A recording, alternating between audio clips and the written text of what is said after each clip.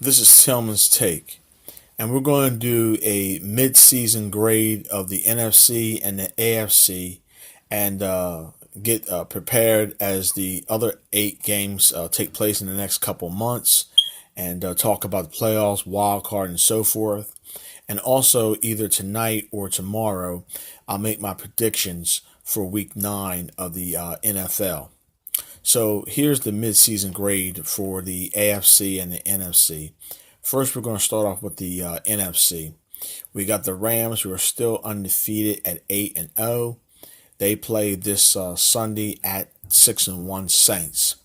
Now the Rams had a tough game this past Sunday against the Green Bay Packers, and Green Bay had them where they wanted them, but Montgomery fumbled the ball, and that gave the ball to the Rams, and the Rams ran the clock out with a touch of Todd Gurley. So the Rams remain undefeated at 8-0. As I mentioned, the Saints are 6-1. So those are the two top best records in the NFC. Then here are the other records for about 6 to 7 teams who are bunched up fighting to win the division or get a wild card berth. We got the Skins in the NFC East, 5-2. We got the Eagles, who are 4-4, and the Eagles just picked up today Golden Tate, the wide receiver from the Detroit Lions, which will help the Eagles. And speaking about the Eagles, in order for the Eagles to win the division or get a wild card berth, they have to go at least minimum 5-3, maximum 6-2 their last 8 games to win the division or get in as a wild card. Now, a negative with the Eagles, a couple weeks ago, they lost to the Carolina Panthers in Philadelphia, which they blew that 17-0 lead. So that's a loss against an NFC conference team. If it came down to them and the Panthers as a wild card, the Panthers would hold the advantage in that. Then we have the Bears, who are 4-3. We got the Vikings, who are 4-3-1, which they came off a loss at home against the 6-1 Saints, 30-20 Sunday night. Then we got the dangerous Green Bay Packers, are 3-3-1. I would not want to play the Packers in the playoffs as a wild card. They are a dangerous team. We saw what they did against the Rams, even though they lost.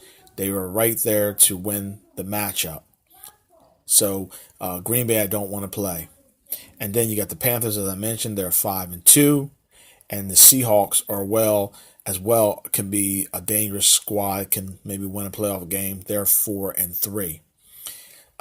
We know right now injury reports are part of the game, and right now the Skins got a lot of injuries on both the offensive side of the ball and the defensive side of the ball.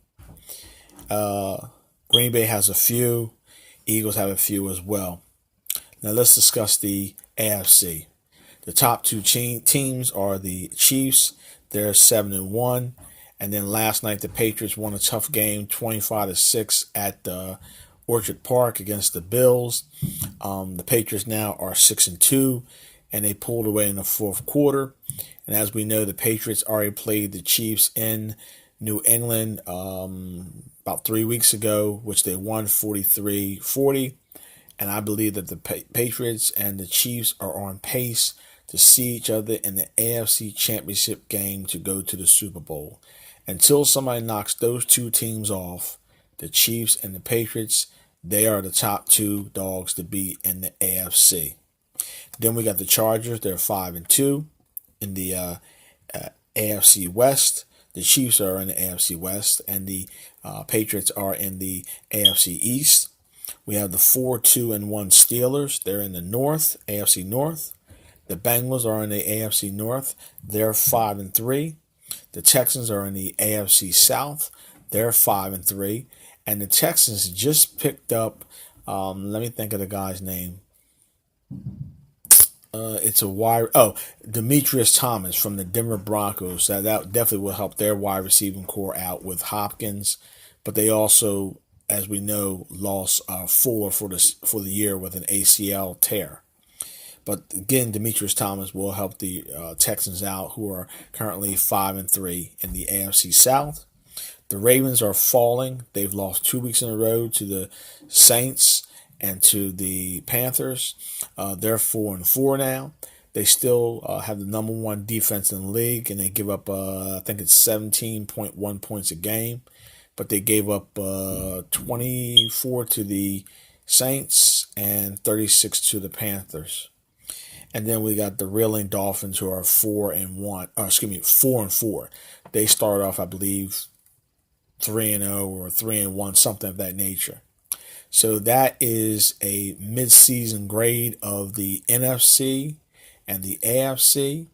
We got a lot of great games coming up where teams got to play teams in their conference, in their division, and outside their conference. So it's heating up. I'm sure you're going to see tempers fly because teams are jostling for position.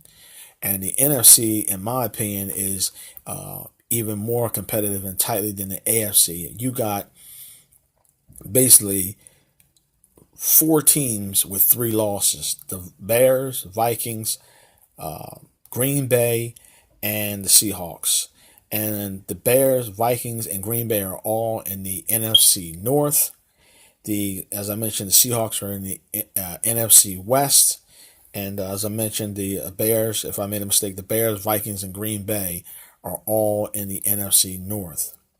So, as I mentioned before, this is a mid-season grade of the first 8 weeks of the NFL.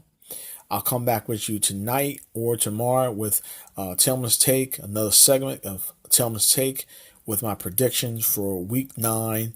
And this week I went, I think it was 10-4. I went for Week 8. So this is Tillman's Take. Hit like and subscribe. Everybody, you NFL fans, have a great Tuesday evening. I'm out.